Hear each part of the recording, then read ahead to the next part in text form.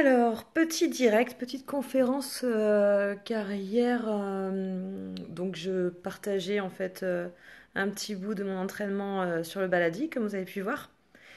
Et donc je posais la question de ce que enfin, qu'est-ce que vous travaillez en ce moment, tout ça. Et donc il y a quelqu'un qui m'a posé la question, qui m'a inspiré donc cette petite vidéo. Comment trouver la motivation seul? Quand on est seul et que voilà, on travaille seul, comment voilà, on est chez soi, on se dit bon, faut que je travaille cette choré, ou faut que je travaille ce solo, ou faut que je travaille ce truc-là, euh, cette danse-là. Et en fait, vous êtes seul avec vous-même et vous regardez votre ordi, vous regardez Netflix et vous vous dites finalement Netflix c'est plutôt pas mal. Bonjour à tous. Et donc du coup, c'est vrai que Netflix, c'est plus attirant que de travailler ses chorégraphies. Donc j'avoue que la motivation peut vite s'envoler, ou alors c'est ce petit café entre amis qui finalement, voilà, des distractions en fait, finalement, qui nous attirent plus que le fait de se motiver à travailler euh, votre chorégraphie, votre solo, ou des chorégraphies de cours, etc. Donc on m'a demandé des solutions. C'est bien de ne pas avoir Netflix, effectivement, parce que c'est très. Voilà, moi je l'ai, mais je me raisonne, mais sinon ça prend toute notre attention, quoi. C'est juste horrible. Et donc, du coup, c'est vrai que on m'a posé la question de quelle solution je pouvais donner pour vous aider, en fait, à trouver la motivation seule. Parce que c'est vrai que il faut bien comprendre qu'on est des êtres. On a besoin tous de coach. Bon, ça sera peut-être le thème d'une prochaine vidéo. Je pense vraiment que tout le monde a besoin de coach, de prof, de soutien, de cadre, afin de se sentir sécurisé et de pouvoir être libre après, de, pour être libre justement de voler de ses propres ailes également. Mais tout le monde a besoin d'un coach dans plein de domaines de sa vie. Ça, c'est vraiment ma conviction personnelle.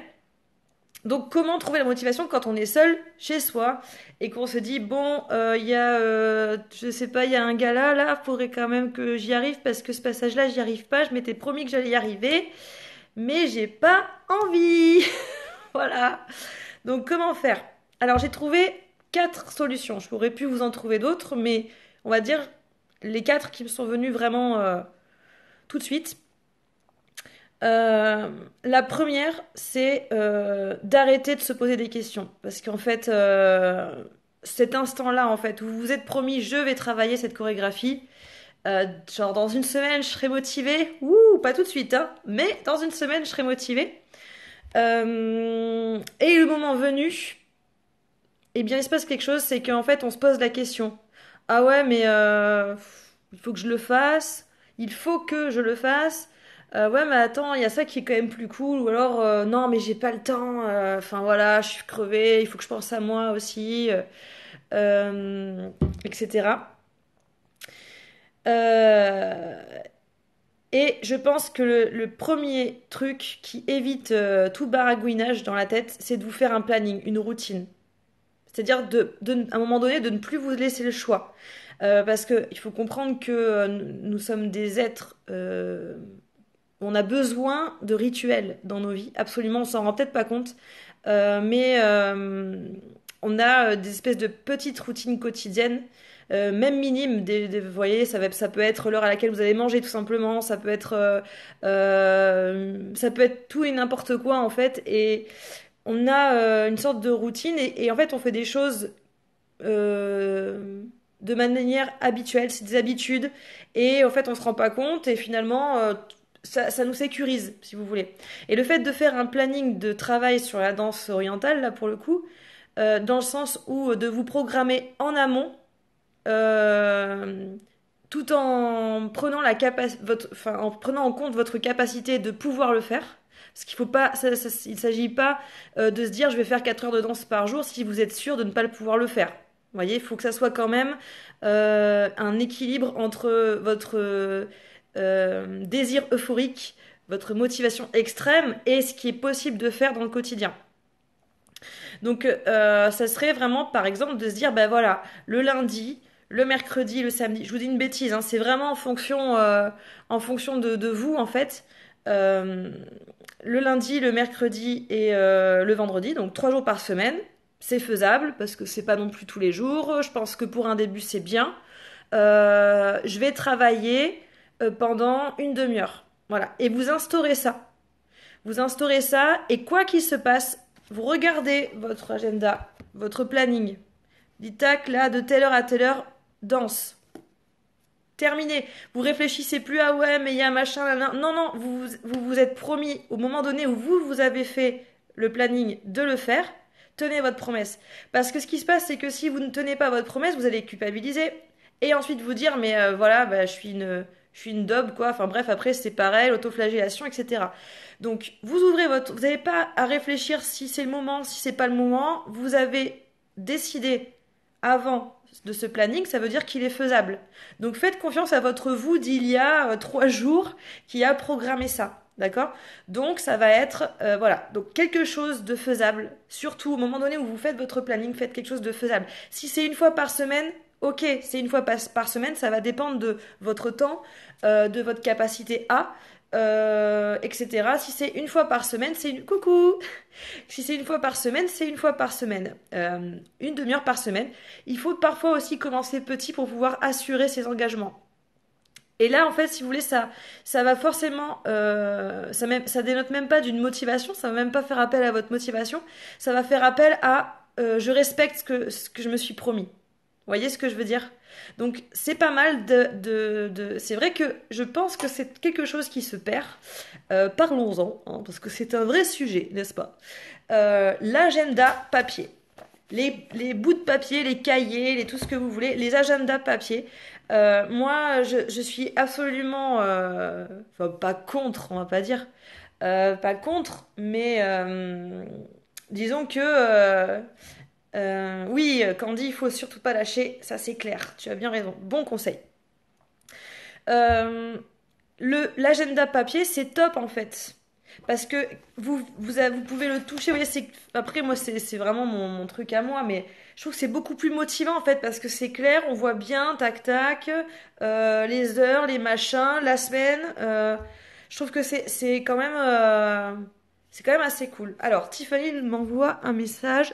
La semaine, par exemple, j'ai cours et le soir, j'ai des devoirs à faire. Alors, comment prendre du temps pour répéter chez soi? Alors ça, c'est une bonne question. Donc Tiffany qui nous pose la question que voilà, elle a cours la journée. Le soir, elle a ses devoirs à faire. Donc comment trouver le temps pour répéter chez soi? Alors, peut-être que tu ne vas pas aimer la réponse, mais quoi qu'il se passe, euh, tu peux toujours trouver du temps pour faire ce que tu as envie de faire. C'est une question de motivation. Tu peux te lever 3 heures de plus tôt que ce que tu te lèves actuellement et te coucher plus tôt par contre le soir pour pouvoir le faire. Ouais, tu vois ce que je veux dire. Après, c'est vrai que je me mets à ta place ou je me mets à la place de certaines personnes qui vont dire ah ouais mais là c'est carrément ah ouais mais après il faut savoir ce qu'on veut. Vous voyez? Mais après, tu vois, par exemple, si toi, t'as peur d'être fatigué, choisis vraiment un jour où t'as pas cours. C'est-à-dire que si tu penses que ça, c'est pas faisable, t'as forcément un jour ou deux de repos. Ben là, tu charges. Au lieu de faire une demi-heure tous les 3 jours, tous les 2 jours, tu fais 1 heure ou 2 heures, je sais pas, le samedi, 2 heures le dimanche, voire trois, enfin, peu importe, peut-être pas trois, quatre, mais genre 1 heure ou 2 heures, ben, les jours de repos où t'es free, quoi. Tu vois ce que je veux dire? Parenthèse fermée. Donc, agenda papier, je valide. Parce que vraiment, vous pouvez programmer votre délire. Donc ça, c'est une sorte de motivation. Parce que vous allez rentrer dans une sorte de rituel. Vous voyez, une habitude.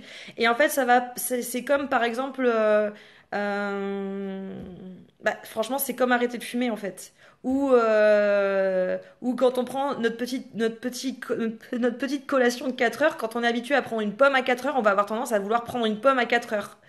Euh, voilà, on a besoin de ce rituel en fait. Donc si vous avez un espèce de planning, tac, vous ouvrez votre agenda. Et alors qu'est-ce que j'ai de cette semaine? Qu'est-ce que mon mois d'il y a une semaine à programmer? Alors c'est bien de faire une programmation, je veux dire, sur l'année quoi. C'est pas de semaine en semaine, c'est-à-dire de se dire voilà, toutes les semaines, je me programme une demi-heure par exemple tous les 2 jours jusqu'à la fin de l'année. Après, si ça me convient pas, je peux augmenter, mais Je pars sur ce truc-là. Et ce qui fait que vous ouvrez votre page, vous savez que vous avez ça.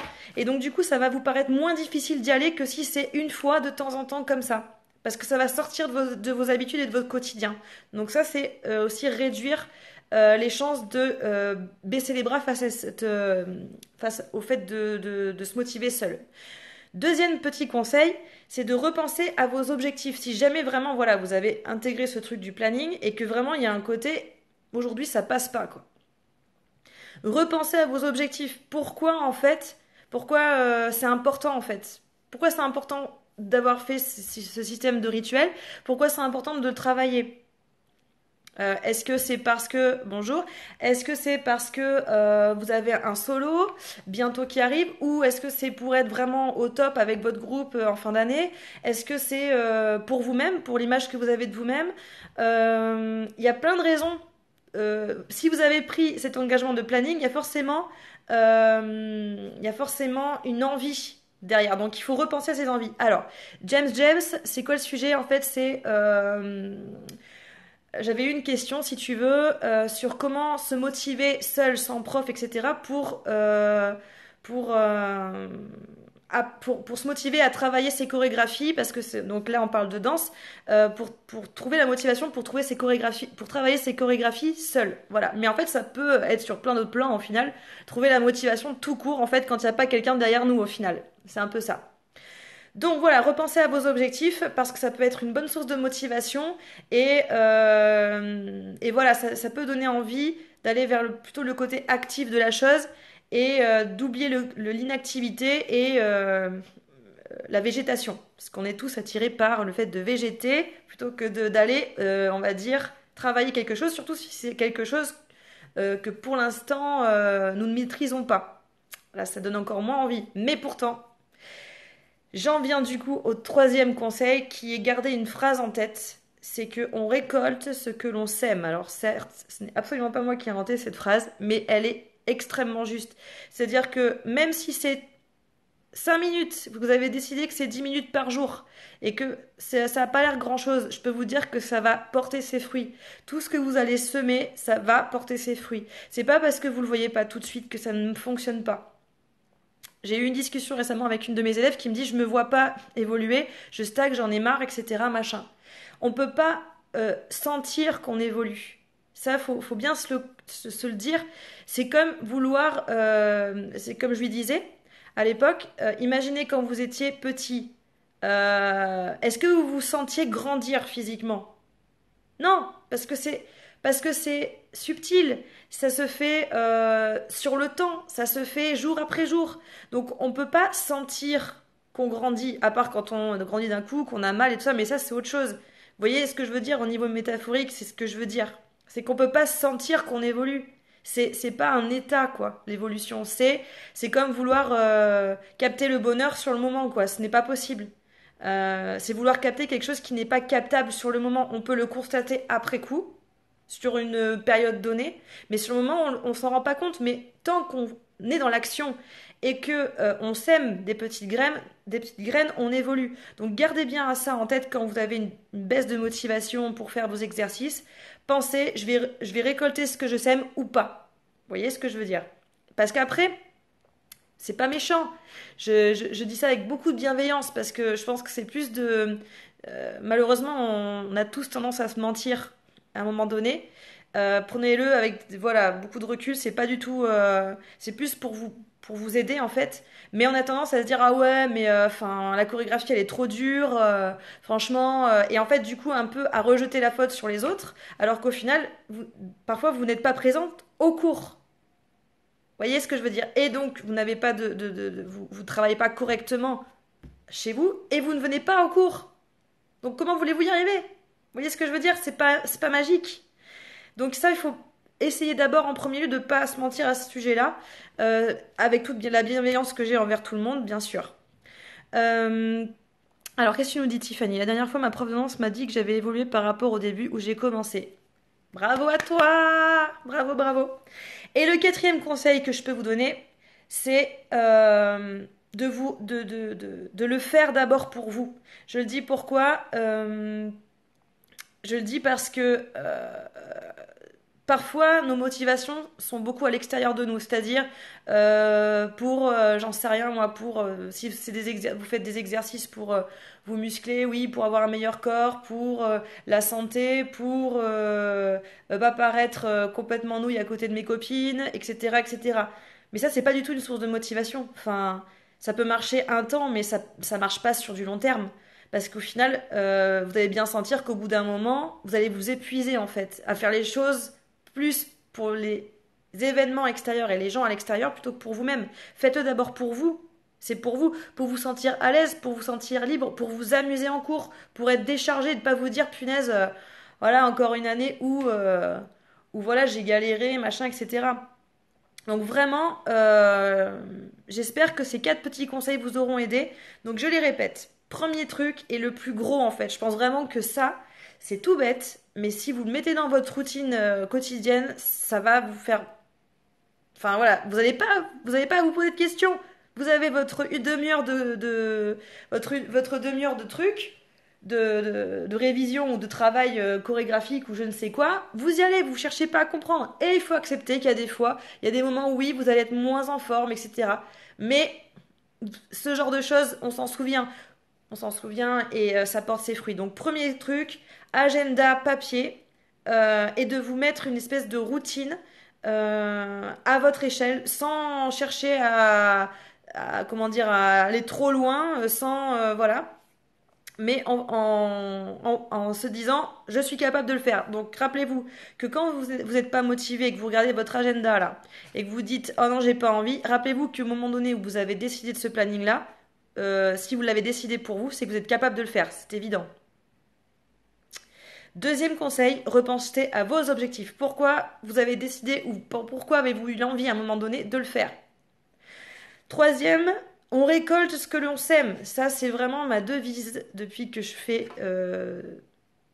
Voilà, pour ceux qui me connaissent, je fais de par ma famille, etc. Je fais du piano, du théâtre depuis que je suis petite. Et c'est vraiment ce que beaucoup de mes profs m'ont enseigné, c'est que tout ce que je peux faire, ça, je m'enrichis avec. Et même parfois où c'est un peu compliqué, où j'ai pas forcément envie, ou même enfin, le mental n'y est pas, etc.